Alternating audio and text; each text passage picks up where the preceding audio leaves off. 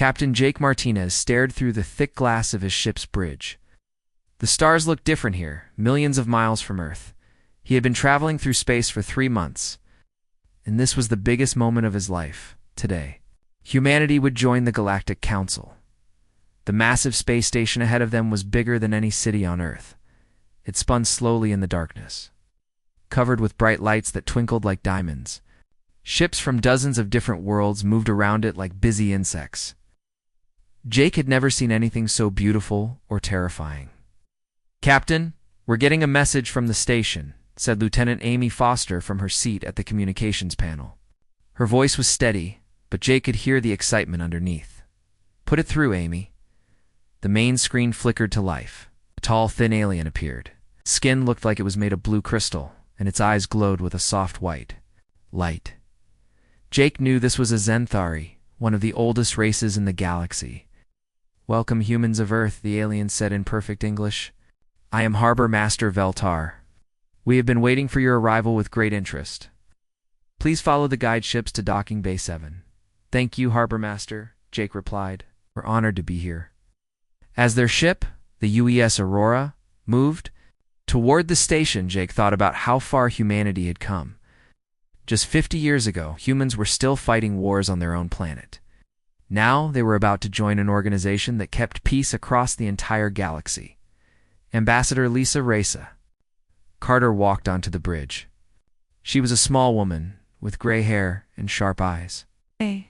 She had spent her whole life preparing for this moment, learning about alien cultures and galactic law.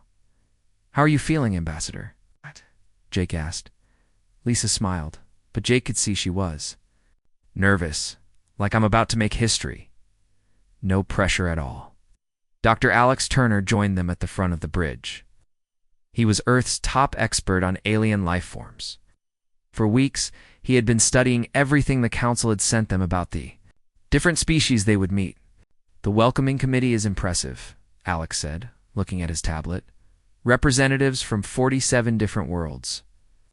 Some of them traveled for months just to be here when we arrive." "That's quite an honor," Lisa said. "Maybe too much of an honor," Alex replied quietly. Jake looked at him. "What do you mean?" Alex shrugged. "I've been reading the history files. Most new species get a simple ceremony with maybe 5 or 6 representatives. This is like they're treating us as if we're already important members instead of newcomers." The docking process took an hour. The station's technology guided their ship into place with incredible precision. Jake had been flying spaceships for 20 years, but he had never seen anything like this. Everything here was smooth, efficient, and perfect. When the airlock opened, they were greeted by 3 aliens. The first was another Zenthari, even taller than the Harbor Master. The second looked like a giant lizard walking on 2 legs, with scales that shifted from green to blue as it moved. The third was stranger still, looking almost like a cloud, a silver mist that somehow held a human shape. "I am Council Aide Zexon," said the tall Zenthari. "This is Commander Vekvar of the Corvin Empire and Collective Node 7 of the Etherian Unity. We will escort you to the ceremony hall." As they walked through the station's corridors, Jake was amazed by what he saw. The walls seemed to be made of some kind of living metal that glowed softly. Aliens of every shape and size moved past them, some walking, some floating, some rolling on mechanical wheels. But despite the incredible diversity, everything felt organized and peaceful. "Your species has made remarkable progress," Zexon said as they walked. "From a single planet to interstellar travel in less than a century. Most impressive." "We had good teachers," Lisa replied diplomatically. "The technology sharing program helped us advance quickly." Yes. "The program," Zexon said, and Jake thought he heard something odd in the alien's voice. "Very successful." Right. Ceremony hall was enormous, with a ceiling that seemed to stretch up forever. Hundreds of seats were arranged in a circle around a central platform. As they entered, Jake saw that most of the seats were already filled with representatives from different worlds. Council Prime Vex High stood at the center of the platform. Even among the Zenthari, he was impressive. His crystalline skin reflected the lights in the room, creating patterns that shifted as he moved. When he spoke, His voice filled the entire hall without seeming loud.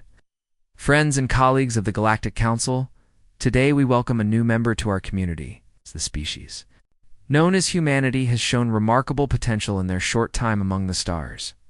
They have demonstrated the intelligence, creativity, and peaceful nature that we value in our organization."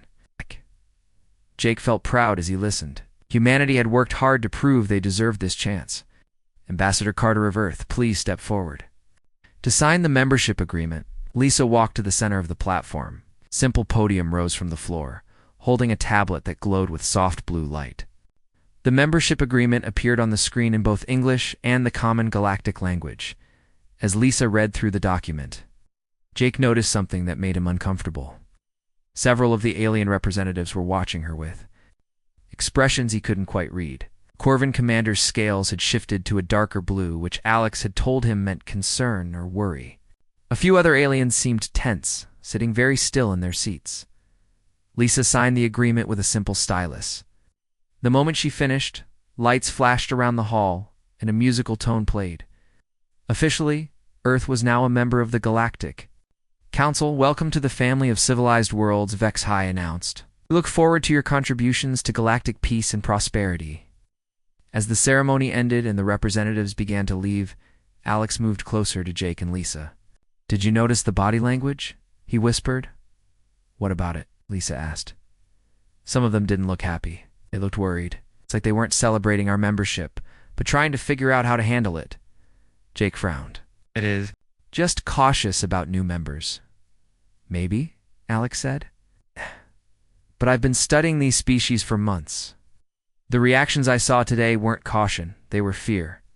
As they returned to their ship, Jake couldn't shake the feeling that Alex might be right. The welcome had been warm and formal, but something felt wrong underneath it all. It was like being invited to a party where everyone was smiling, but no one was happy to see you. That night, as Jake looked out at the stars from his quarters, he wondered what humanity had really gotten itself into. They had joined the council to be part of something bigger, to help maintain peace across the galaxy. But maybe they had walked into something else entirely. The galaxy was vast and full of mysteries. Jake just hoped that joining the council would help them solve those mysteries, not become one themselves. 3 weeks had passed since Earth joined the Galactic Council. Commander Ryan Brooks stood on the bridge of his ship, the UES Guardian, watching alien vessels move in formation around them. This was supposed to be a simple training exercise, with Council forces, but nothing felt simple anymore. "Sir, the Corvon commander is requesting we change our navigation system again," reported Ensign Pete Collins from the communication station. "He says our current system isn't compatible with Council protocols." Ryan frowned. This was the 4th time in 2 weeks that their alien partners had asked them to modify their equipment. Every request came with a polite explanation, but Ryan was starting to see a pattern. "Tell them we'll consider it," Ryan said. "But for now, we'll stick with our own systems." The Corvin ship immediately moved closer, its blue hull gleaming under the local star's light. Commander Thekvar's voice came through the speakers, and Ryan could hear the irritation underneath the formal politeness. "Commander Brooks, Council? Regulations require all vessels in joint operations to use standardized navigation. This is for everyone's safety." "I understand, Commander Thekvar," Ryan replied. "But our systems are working perfectly. There's no safety issue here." There was a long pause. Then Zavar said, "We will discuss this matter with your superiors." As the exercise continued, Ryan noticed more strange restrictions. The council ships wanted to control their patrol routes, deciding which areas they could and couldn't visit. They asked detailed questions about human weapons and shields, always with that same mixture of curiosity and worry that Dr. Turner had mentioned. Back on Earth, Admiral Kate Phillips was dealing with similar problems. She sat in her office at Global Defense Command, reading reports from human ships across Council space. Every report told the same story. The Council was helpful and friendly. They seemed determined to control everything humans did. Her communication panel beeped. Ryan's face appeared on the screen, looking frustrated. "Admiral, we need to talk about these joint operations," Ryan said. "The Council ships are treating us like children who can't be trusted with sharp objects." They want to control our routes, our weapons, even our communication frequencies. I've been hearing the same thing from other commanders, Kate replied. What's your assessment?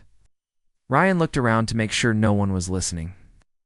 Ma'am, I don't think this is about safety or protocol. I think they're trying to keep us contained. Every route they approve keeps us in well-traveled areas where they can watch us. Every system they want us to use gives them access to our ship's data.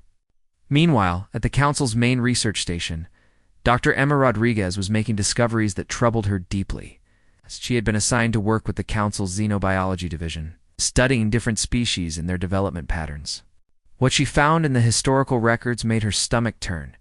Emma worked late into the night, comparing data from dozens of species that had joined the Council over the past 2 centuries. The pattern was clear and frightening. Every single species had followed the same path after joining: rapid initial growth, followed by gradual decline, and finally complete dependence on Council support. The Dracomari had once controlled 12 star systems and were expanding rapidly. They lived on 3 worlds and hadn't built a new ship in 50 years. The Hylian Republic had been a growing federation of independent planets. Now they were a single world government that asked Council permission before making any major decisions. Emma pulled up more files. The Vorthon Collective had been master engineers, building incredible machines and exploring the galaxy's edge. Now they made simple tools and had forgotten most of their advanced technology. The pattern repeated over and over with every species that had joined the Council. She sent an encrypted message to Ambassador Carter, requesting a private meeting. They met the next day in Emma's laboratory, far from any listening devices. Lisa, you need to see this, Emma said, showing her the data on her computer screen. Look at these development curves. Every species peaks right around the time they join the Council, then starts declining. Lisa studied the charts carefully. Maybe joining the Council lets them relax. They don't need to expand or compete anymore because they have peace and security. That's what I thought at first, Emma said. But look at the details. The Dracmari didn't choose to stop expanding. They were encouraged to focus on internal development. The Hylians didn't decide to give up their federation. They were told it was inefficient for Council coordination. You're saying the Council deliberately holds back its members? I'm saying the Council doesn't just govern its members, Emma replied. It domesticates them. Captain Jake Martinez was having his own unsettling experiences.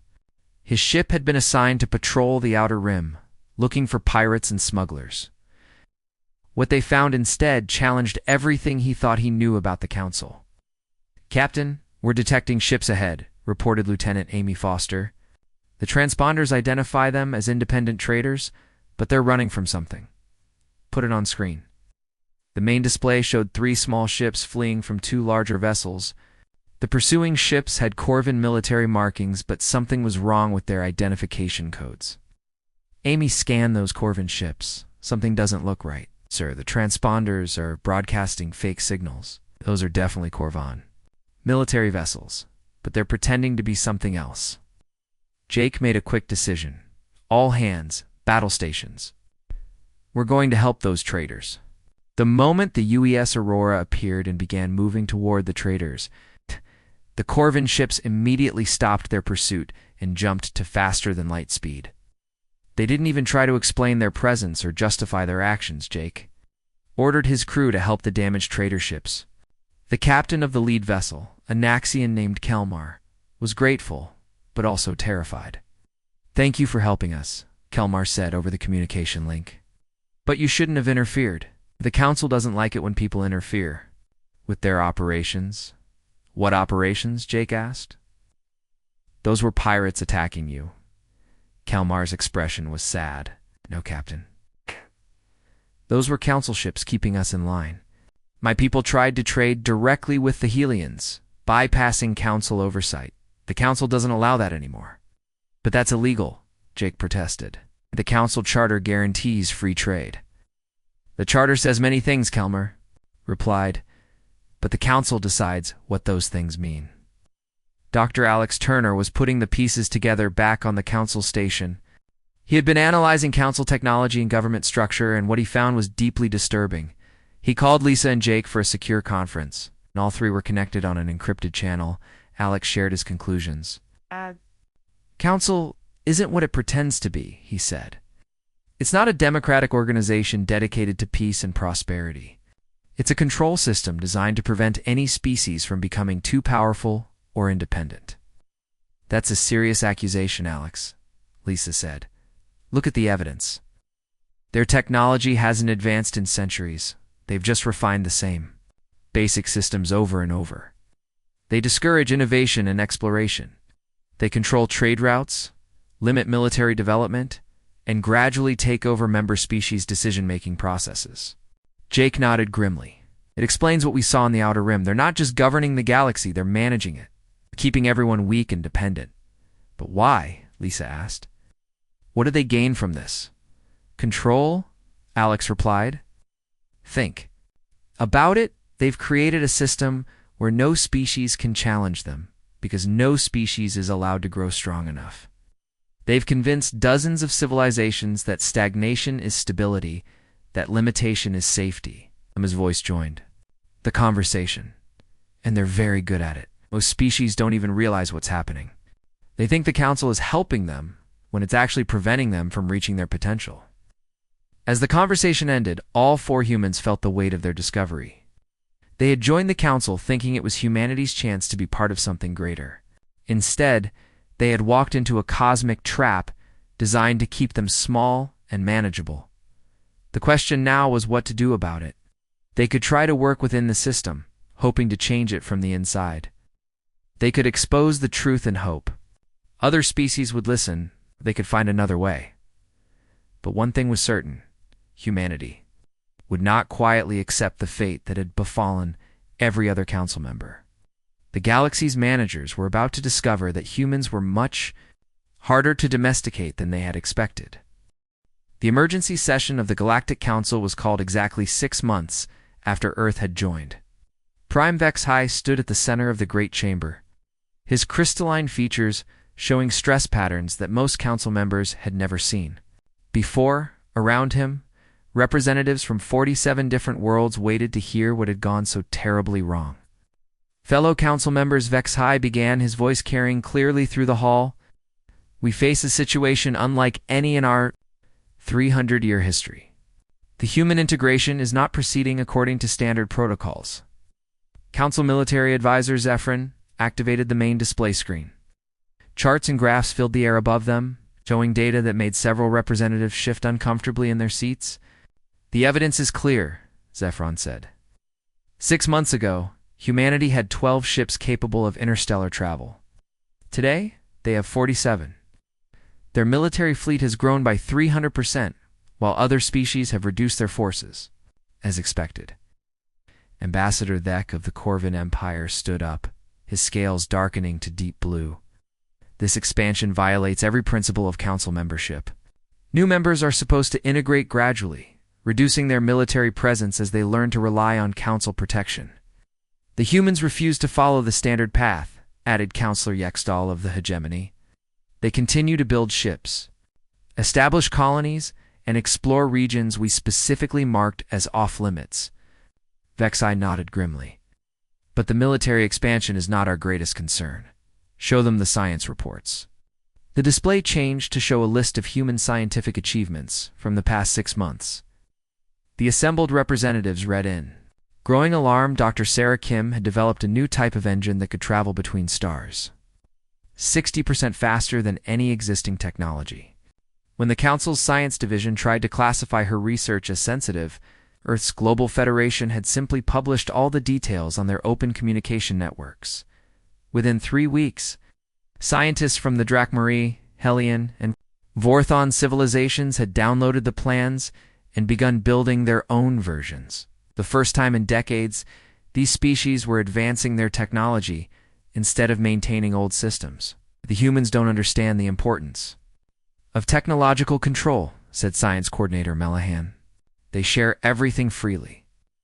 3 species have already improved their travel capabilities because of human research. If this continues, we will lose our ability to manage galactic development. But the technological breakthroughs were not the worst news. Commander Lisa Park had been leading Earth's deep space exploration program, Her discoveries were causing panic throughout the Council leadership. The humans have made contact with 17 independent species in the Outer Rim, reported Intelligence Chief Culver. Species we told them did not exist. Species we have been carefully managing to prevent them from developing beyond acceptable limits. The Outer Rim species were the Council's darkest secret. For 2 centuries, whenever a new civilization showed too much promise or grew too quickly, Council forces would intervene. Sometimes they would simply impose economic restrictions. Other times they would support one side in a civil war, weakening the species until they could be controlled. In the worst cases, they would destroy the civilization entirely, claiming it had fallen to natural disasters or internal conflicts. The humans are disrupting everything, Culver continued. They approach these species as equals, offering trade and friendship instead of management and control. Several Outer Rim civilizations have asked Earth for direct assistance in developing their technology and defenses. Council member Desai of the Eternal Collective spoke for the first time. His voice carried the weight of centuries. The humans do not understand the necessity of limits. For 300 years, we have maintained peace by ensuring that no species becomes powerful enough to threaten the galactic order. The humans threaten to undo everything we have built. Vexai activated another display, showing military reports that made the chamber fall silent. Human ships had been actively hunting down Council suppression fleets in the Outer Rim. These were the secret forces that the Council used to prevent emerging species from growing too strong. Commander Brooks intercepted one of our containment operations near the Kepler system, Zephron reported. When our ships tried to maintain their cover, humans broadcast the entire encounter across the galactic communication network. They called it evidence of Council aggression against peaceful species. The damage was spreading faster than the Council could control. Species that had been quiet and obedient for decades were suddenly asking uncomfortable questions.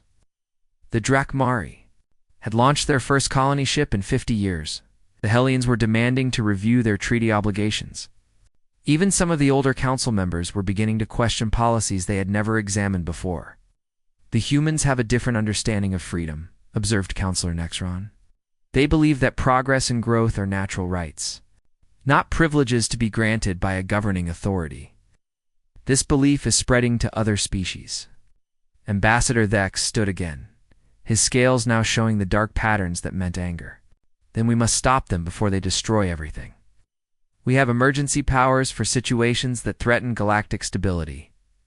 The humans are already Council members, Vexai replied. Direct military action against them would expose our true nature to every species in the galaxy.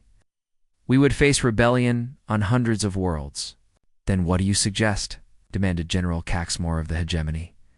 We cannot allow this to continue. If the humans succeed in awakening the independent spirit in other species, our entire system of control will collapse. The chamber fell, quiet as the Council leadership faced their greatest challenge. For 3 centuries, they had maintained power by convincing the galaxy that they were protectors and guides. They had created a system where dozens of species willingly accepted limitations in exchange for security and stability. But the humans were different. They had joined the Council believing its stated values were real. They thought the Council actually wanted to promote freedom, cooperation, and peaceful development. Worse, they were trying to make those values real. We have 3 options, Vexa said finally. We can attempt to isolate them economically, cutting off their trade relationships and forcing them to depend on Council support. We can try to divide them politically, supporting factions within human government that favor Council oversight. Or, he paused, looking around the chamber at faces that had grown hard with centuries of hidden power. Or we can stop pretending that this is a democracy and start acting like the empire we have always been. The words hung in the air like a death sentence. For 300 years, the Council had ruled through manipulation and deception, convincing their subjects that limitation was protection and stagnation was peace. They had never needed to reveal their true nature because no species had ever seriously challenged their control. But humanity was forcing them to choose. They could either accept that their empire of lies was ending, or they could abandon the pretense and rule through open force. General Caxmore was the first to speak. The humans have made their choice. They will not accept management. They will not submit to control. They insist on treating the galaxy as if it were actually free. Then perhaps, said Counselor Yextal slowly, it is time the galaxy learned what freedom really costs. The council session ended with no official decision, but everyone in the chamber understood what was coming. Aye. The age of hidden control was ending. The question was whether it would be replaced by open tyranny or actual freedom. And somewhere in human space, Dr. Alex Turner was analyzing intercepted council communications, preparing to tell his species that their greatest test was about to begin. The moment that changed everything happened on a Tuesday. Ambassador Lisa Carter and Captain Jake Martinez were returning from a diplomatic mission to the Outer Rim when Lieutenant Amy Foster picked up something on the ship's sensors that made her blood run cold. Captain, I'm reading 12 large ships moving toward the Kepler system, Amy reported from her station. The configuration matches Xanthari dreadnoughts, but they're not broadcasting standard council identification codes. Jake studied the tactical display.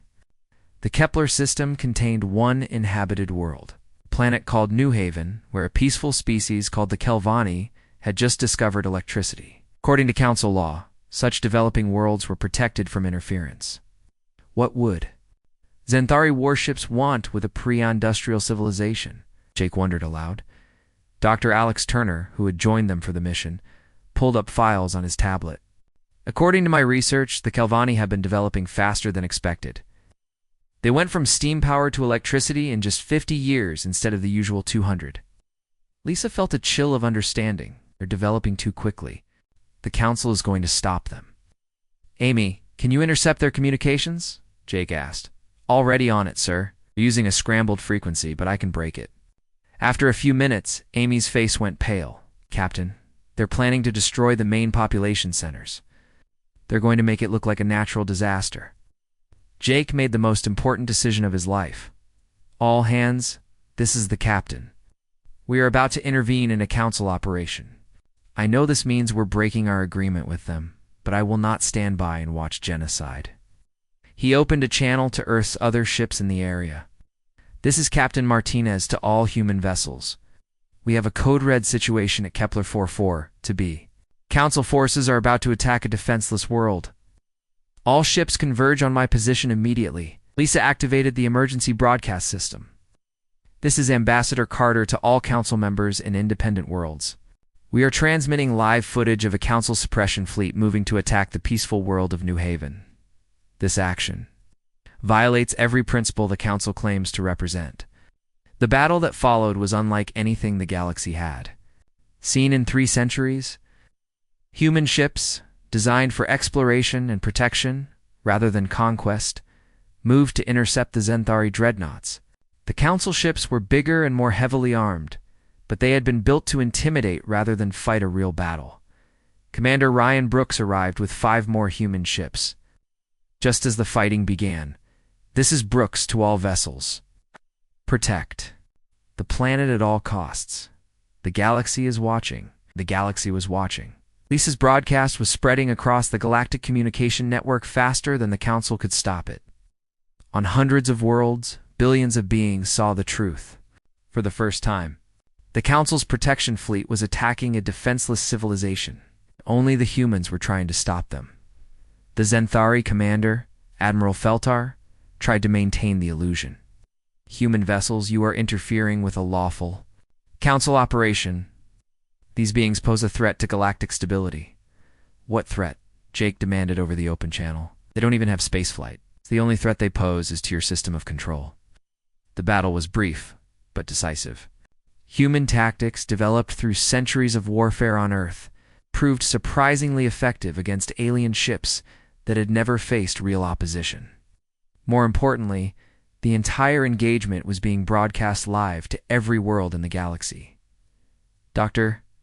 Emma Rodriguez was watching from the council station when the fighting ended. Around her, alien scientists and officials stared at their screens in shock. For the first time in their lives, they had seen someone successfully resist council authority. The humans won, whispered a young Drakmari technician. Defeated a council fleet within hours. The truth was spreading faster than the council could contain it. Species after species began to ask questions they had never dared to voice before. The Drakmari government announced they were launching a full investigation into their treaty limitations. The Helian Republic declared that several of their protection agreements were under review. Prime. Vexai called another emergency session, but this time the chamber was different. Instead of quiet obedience, there was angry discussion. Representatives, who had been silent for decades, were demanding answers. For 300 years, you told us that limitation was safety, declared Ambassador Colmer of the Drakmari. You said that accepting restrictions was the price of peace. But the humans have shown us that growth and peace can exist together. The humans are young and naive, Vexai replied desperately. They do not understand the complexities of galactic governance, no, said Counselor Velahan of the Helions. We are the ones who were naive. We trusted you to guide us, but you were controlling us. The humans simply refused to accept that control was necessary. The rebellion spread like wildfire. The Vorthan Collective began rebuilding their engineering capabilities. Independent worlds in the Outer Rim formed mutual defense agreements. Even some of the older council species started questioning policies they had followed for centuries. Dr. Emma Rodriguez addressed the emergency session with devastating clarity. She had gathered evidence from across the galaxy, documenting 3 centuries of systematic suppression. You created a cosmic prison, she told the assembled representatives. You convinced its inmates that the bars were for their protection. You made entire civilizations forget what it meant to grow, to explore, to become more than they were. She gestured to the data flowing across the chamber's displays. But growth cannot be stopped forever. Innovation finds a way. Freedom, once experienced, cannot be forgotten. The Council's response was predictable. They attempted to invoke emergency powers, to declare humanity a threat requiring immediate action. The network of control they had built over 3 centuries was already falling apart. Captain Ryan Brooks, now commanding a joint task force with ships from 17 different species, delivered the final message to the Council leadership. We're not here to destroy you or take revenge for what you've done. We're here to offer you the same thing we've offered everyone else. The chance to grow, to explore, to become more than you are. The choice is yours. Some Council species chose to embrace the new era. The Xanthari, after removing their old leadership, became enthusiastic supporters of exploration and scientific advancement. Others, like parts of the Corvin Empire, struggled to adapt, but eventually found their place in a galaxy where cooperation meant partnership rather than domination. The old council dissolved within a year, replaced by the Galactic Federation, an organization built on the principles humanity had naively believed the council represented. It faced challenges and problems, but for the first time in centuries, the galaxy was moving forward instead of standing still. Ambassador Lisa Carter became the Federation's first Secretary General. She often thought about those early days, when they had joined what they thought was a democracy, only to discover it was a prison. The greatest victory had not been in the battles won or the fleets defeated. The victory was in the simple, revolutionary idea that every species deserved the chance to reach their full potential, that the purpose of civilization was not to maintain order, but to enable growth, that freedom was not a privilege to be granted by authority, but a right to be protected by community. The galaxy was no longer managed or controlled. For the first time in 3 centuries, it was alive and free.